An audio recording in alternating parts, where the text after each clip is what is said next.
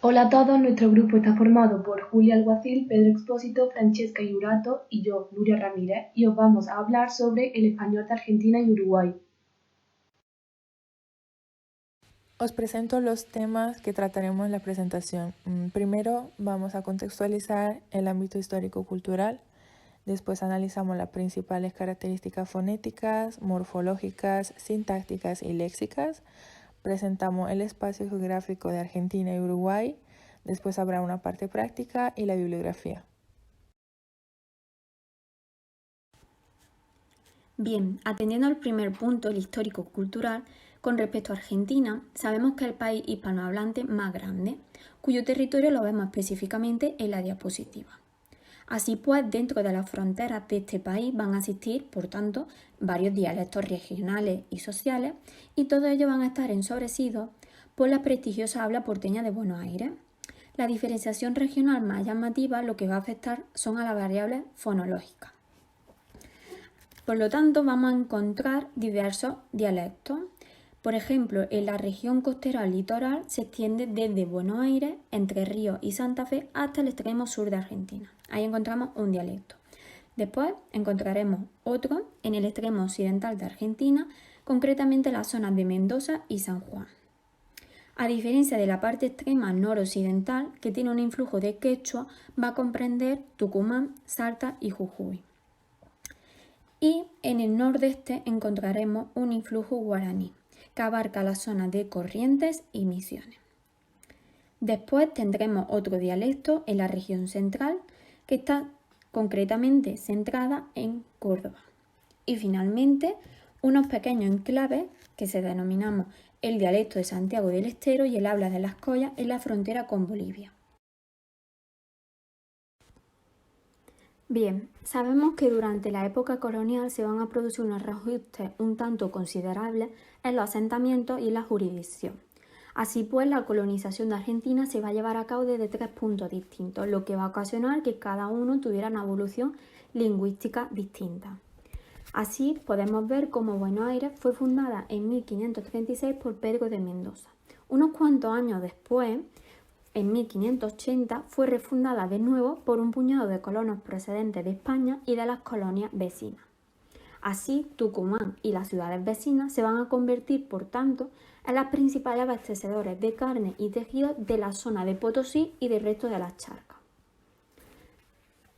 Por lo tanto, después veremos que en 1617 Buenos Aires se va a convertir en la capital de la provincia colonial de Río de la Plata.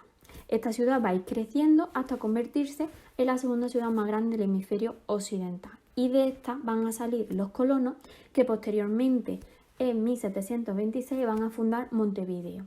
Esto va a explicar que tanto Buenos Aires como Montevideo tengan una gran similitud del habla. En décadas posteriores vemos que fueron conquistadas y colonizadas las zonas de las Pampas del Sur desde Buenos Aires hasta la Patagonia, y ya en el siglo XX se va a iniciar la industria pesada en Buenos Aires y otras grandes ciudades. Y finalmente, con respecto a Uruguay, por su parte, vemos que se va a situar entre los 30 y 35 grados de latitud sur y va a reunir una población aproximada de unos 3 millones de habitantes. Tampoco se va a tratar de una zona lingüística homogénea, pues van a existir procesos que manifiestan una regionalización. El que es más destacado y el que más nos interesa es la división del país en una zona norte y una zona sur, que se debe a la presencia del portugués en el nordeste del país. En el punto 2 hablaremos sobre las principales características fonéticas tanto de Argentina como de Uruguay.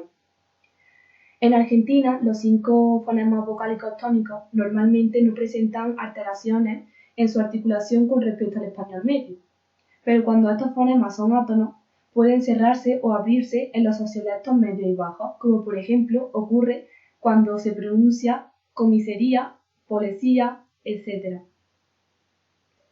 En estos sociolectos, los fonemas vocálicos e y o al final de palabras se cierran en el noroeste, es decir, en las provincias como Jujuy, Salta, Tucumán, Catamarca, La Rioja y Santiago del Estero. Sin embargo, en la lengua rural y en los sociolectos bajos urbanos de este país, lo que ocurre es que la O de la terminación ado se suele cerrar en u. El ceseo en Argentina es un aspecto muy general desde épocas tempranas, debido a que es la única sibilante del sistema fonológico que se realiza como un fonema fricativo alveolar sordo en posición explosiva. Por otro lado, en algunas zonas rurales del centro de la provincia de Buenos Aires, el centro y norte de Santa Fe, el interior de Corrientes y Entre Ríos y el oeste de Río Negro, la posición de la sibilante es interdental fricativa sorda y por tanto se da el ceceo. Por otro lado, la alveolar fricativa sorda en posición implosiva varía en cada región según la clase social y el registro que presente cada persona. La aspiración y la elisión de la alveolar fricativa sorda se dan en la mayoría de Argentina, excepto en ciudades como La Puna y Santiago del Estero. Es cierto que en Buenos Aires, por ejemplo, la elisión es mucho más baja en comparación con la aspiración, pero en el Rosario, que se sitúa al sur de Santa Fe, se ha estudiado que la elisión está mucho más avanzada que en Buenos Aires. ¿Por qué se da la elisión? Se da por la posición final de palabra, el contexto prepausal, la ocurrencia en formas verbales y en formas nominales y por un nivel educacional bajo. Y la aspiración se da por la posición interna, el contexto preconsonántico y la aparición de formas verbales o nominales, por el nivel socioeducacional bajo y por la generación joven. La oposición entre la palatal fricativa sonora y la palatal lateral sonora se conserva en algunas zonas de Argentina, mientras que en el nordeste y en ciudades como Formosa, Chaco, Corrientes y Misiones hay yeísmo. La zona con mayor yeísmo se subdivide además en regiones con y sin seísmo, es decir, la pronunciación de la palatal fricativa sonora con reglamiento o sin él. El reglamiento es la vibración producida en el punto de articulación. El ceísmo, por otro lado, es muy general que se dé en la zona de Buenos Aires, también en la de Salta y Tucumán. Las zonas ceístas muestran un ensordecimiento parcial o total del fonema alveolar fricativo sordo. El ensordecimiento del que hablábamos anteriormente en la zona ceísta se da casi por completo en los jóvenes de Argentina y en las mujeres, pero sin embargo en la ciudad del Rosario, que se encuentra situada al sur de Santa Fe, este ensordecimiento está mucho menos avanzado que en Buenos Aires. Por el contrario, cuando el ensordecimiento es parcial y total, se da por la ocurrencia en la sílaba tónica, el contexto por consonántico, las mujeres, los grupos jóvenes y la edad intermedia y los niveles socioeducacionales medio y alto. Las líquidas finales de sílaba, es decir, la vibrante simple y la alveolar lateral sonora, en el sur de Argentina se neutralizan de forma esporádica.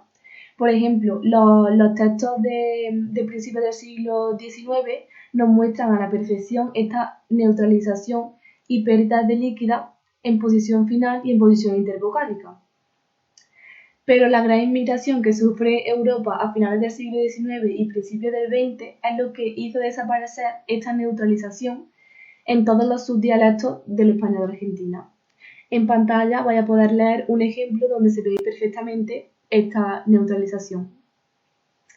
En cuanto a la entonación, en el español de Argentina es muy conocida por los patrones circunflejos de Buenos Aires, es decir, por la forma de hablar que tiene esta ciudad, ya que este dialecto pues, se caracteriza sobre todo por la longitud de las vocales átonas. Esta característica de Argentina la vais a ver muchísimo más clara en la entrevista que nuestra compañera Francesca le realizó a un argentino y a un uruguayo. Y veréis cómo estos patrones circunflejos se reflejan perfectamente en el argentino.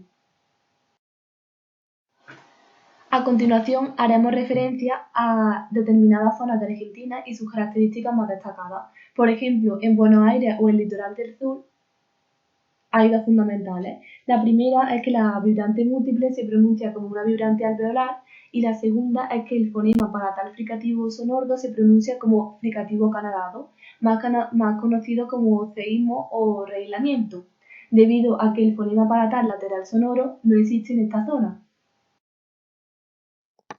Bien, Bueno, en la zona nordeste o con influjo guaraní encontramos una serie de características, ¿bien? Fonológicas propias.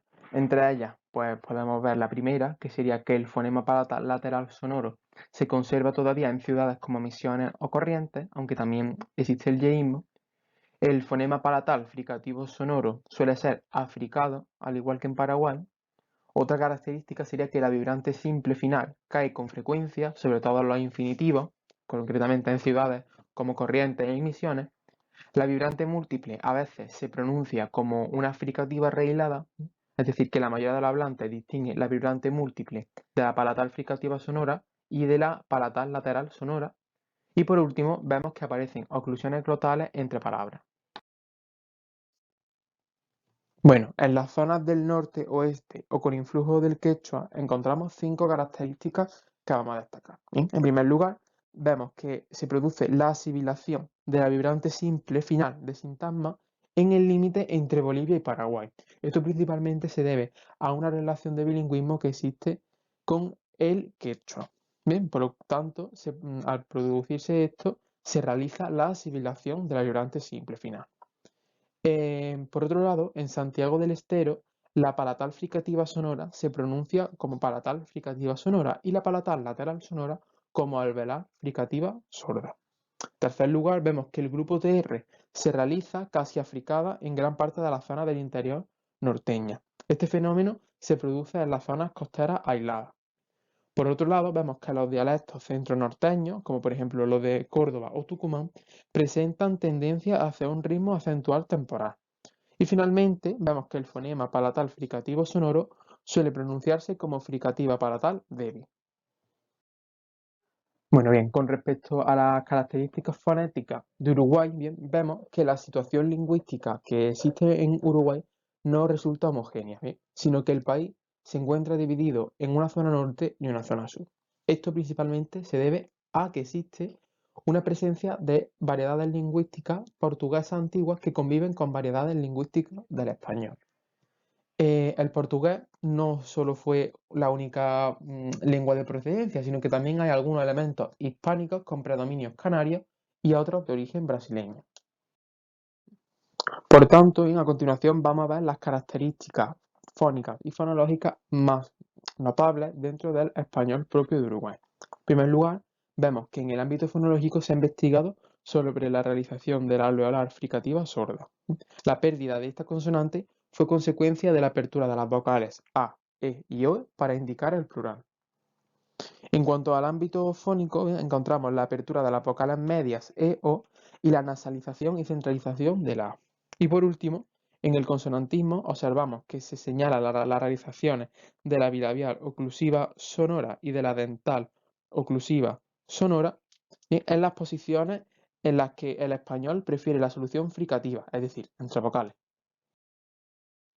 Por otro lado, en el español rural es propio el cierre de vocales medias, la elisión de la vibrante simple final en los infinitivos o la aspiración o elisión de la alveolar fricativa sorda, concretamente en zonas rurales aisladas.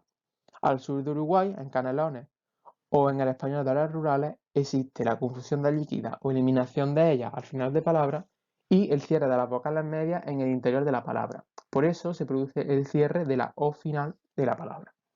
Y por último, en Montevideo, capital del país, hay variedades americanas, como son el ceseo, el ceísmo, común en Buenos Aires, y la expiración y elisión de la alveolar fricativa sorda. Bien, bueno, ahora vamos a iniciar la explicación del punto 3 de nuestro trabajo, ¿bien? Que va a consistir en un análisis de las principales características morfológicas del español de Argentina y de Uruguay. ¿Bien? Uno de los rasgos que más caracterizan al español de Argentina es el llamado voseo. El voseo se caracteriza principalmente por el uso del pronombre vos en lugar de tú como sujeto o como término complementario. Y además, vos también puede complementar con las formas te como objeto o tú tuyo como posesivo. Se trata además de un rasgo muy característico y muy identificativo del español de Argentina, ¿no? El uso de vos es aceptado generalmente por todos los niveles sociales, sociolectos urbanos, rurales y en contextos diferentes, pese a que existen unos sectores minoritarios de la población que pretenden corregir esta característica tan singular del español de Argentina, ¿no? Y que en cierta forma también se encuentra relacionada con la identidad criolla de esta variedad del español.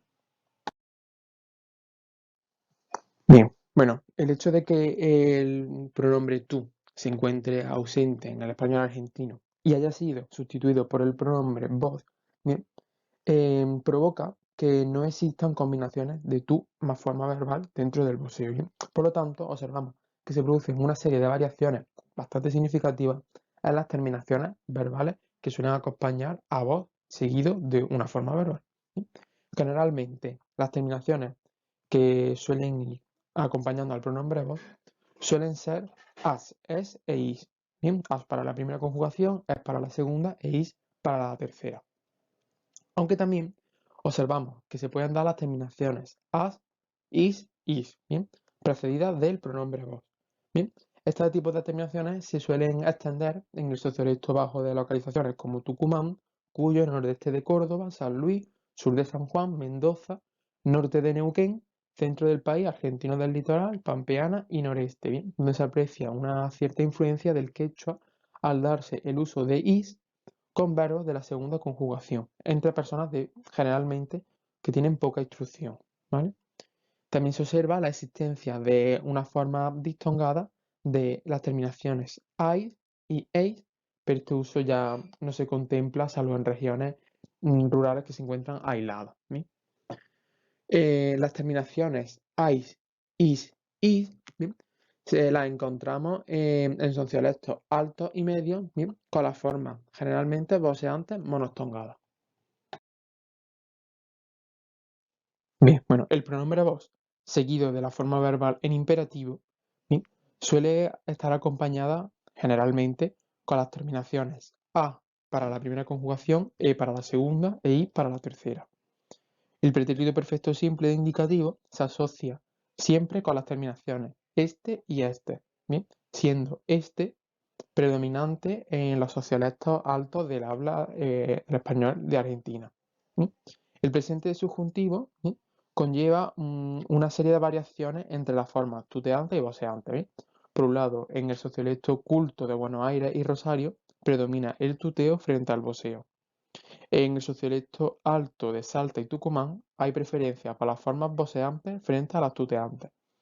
Y en la ciudad de Mendoza, el sociolecto alto prefiere la forma tuteante, mientras que el sociolecto bajo se decanta por las formas voceantes. Bueno, por otra parte, vemos que los pronombres personales ustedes y se, que acompañan a la tercera persona del plural, han sustituido a los tradicionales de vosotros, vosotras, vosotros.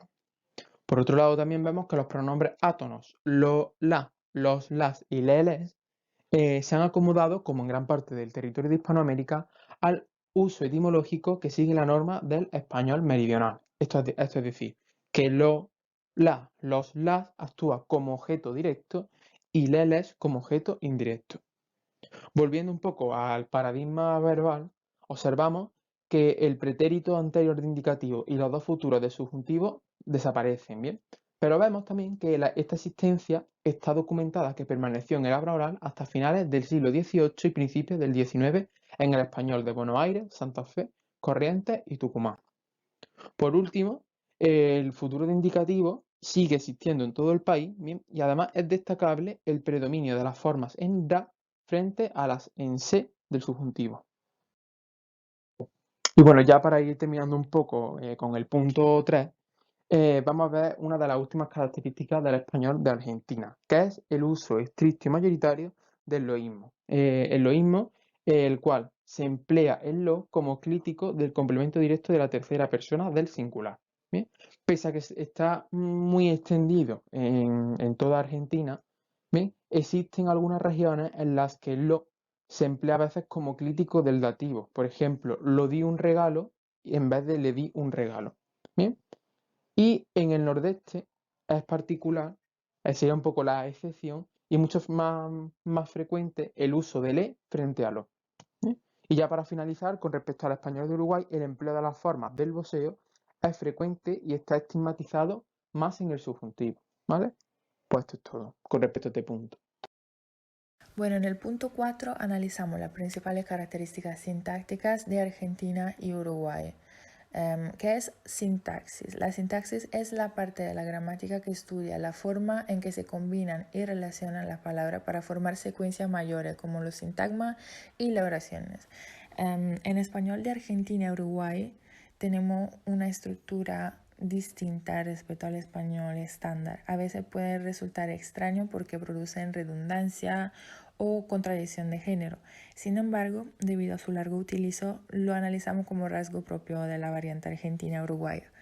Vamos a empezar por las estructuras típicas de Argentina. Una estructura muy típica puede ser, por ejemplo, el utilizo de lo conozco a Juan, que sería la duplicación mediante clítico. Produce una redundancia, pero es muy utilizada. Otra característica por influjo quechua y utilizado por los hablantes rurales es el utilizo de lo masculino, incluso cuando la referencia no es masculina. Por ejemplo, se puede decir lo quiere mucho a su hija. Es una contradicción de género, pero es muy utilizada. Otra característica distinta al español estándar es el utilizo de los verbos, de los tiempos verbales. Por ejemplo, el pretérito indefinido y pretérito perfecto. Se puede decir Juan no llegó, puede significar que Juan no llegó o que Juan no ha llegado aún. Es utilizado indistintamente. Otro utilizo distinto de los verbos puede ser, por ejemplo, cuando un verbo principal en pasado o en condicional se combina libremente con un verbo subordinado en presente de subjuntivo. ¿Qué significa eso? Lo que en español estándar se diría Juan me dijo que lo hiciera enseguida. En español de Argentina se diría Juan me dijo que lo haga enseguida. Otra estructura muy típica de muchas regiones de Argentina es la sustitución de yo por mí en construcciones de verbos de dativo. Por ejemplo, es muy típico escuchar oraciones como yo me parece que me voy. En el norte de Argentina, en las construcciones exhortativas, no se dice sentémonos, sino que se dice nos sentemos. O sea, el nos aparece antes que el verbo. Y en la zona central encontramos la forma pronombre sujeto que precede una forma verbal no finita. O sea, es muy, muy típico escuchar al yo venir o yo llegando. Vamos ahora elencando una serie de características típicas de las zonas de contacto con lenguas indígenas. En esas zonas se producen mezclas sintácticas. Por ejemplo, tenemos el utilizo del sujeto en posición final más ausencia de cópula. ¿Qué significa eso? Por ejemplo, vos sos muy malo, se dice directamente muy malo vos.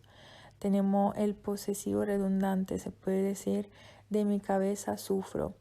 También tenemos la doble negación, que en español estándar no existe, se puede decir nadie no está. También tenemos el objeto directo nulo.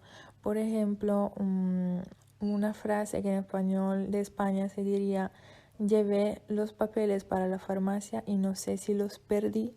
En español de Argentina se le quitaría los, se diría directamente llevé los papeles para la farmacia y no sé si perdí.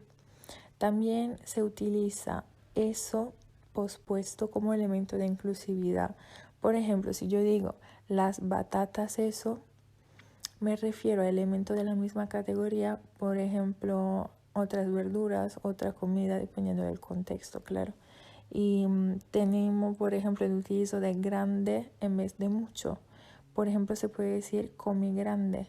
Y durante la entrevista que hicimos para la parte práctica con el nativo argentino, descubrimos también que se utiliza alto de la misma manera. Una expresión muy típica argentina, por ejemplo, es tengo alta lija, tengo mucha hambre. Se utiliza también la expresión ir en para expresar movimiento. Por ejemplo, se puede decir él se va en Corrientes. O también tenemos mismo para expresar una respuesta afirmativa. Sería equivalente a sí, eso es correcto. En una zona de Argentina tenemos influencias de portugués brasileño. En específico es la región de Misiones y aquí se utiliza el diminutivo iño y el verbo tener como verbo auxiliar en lugar de haber. Y en todo español de Argentina también tenemos influencia de portugués brasileño en el vocabulario. Por ejemplo, el sujetador se llama corpiño. Por lo que se refiere a las principales características sintácticas de Uruguay, tenemos que hablar sobre el voceo. El voceo pronominal y verbal está generalizado en el español rural uruguayo. Se dice, por ejemplo, vos cantas, comes, etc. Hay una excepción por la zona ultraserrana y la de la cuenca del río Tacuarembó.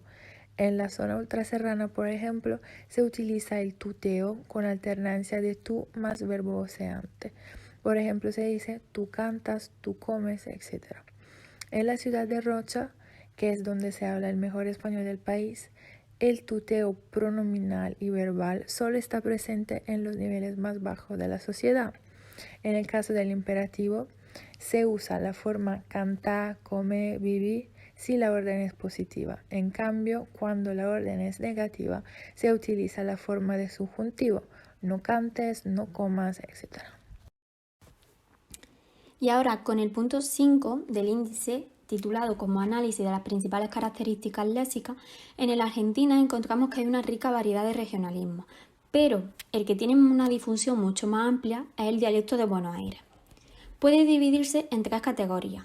Encontramos el componente derivado del español, que es el vocativo che, las unidades de origen italiano y el lunfardo.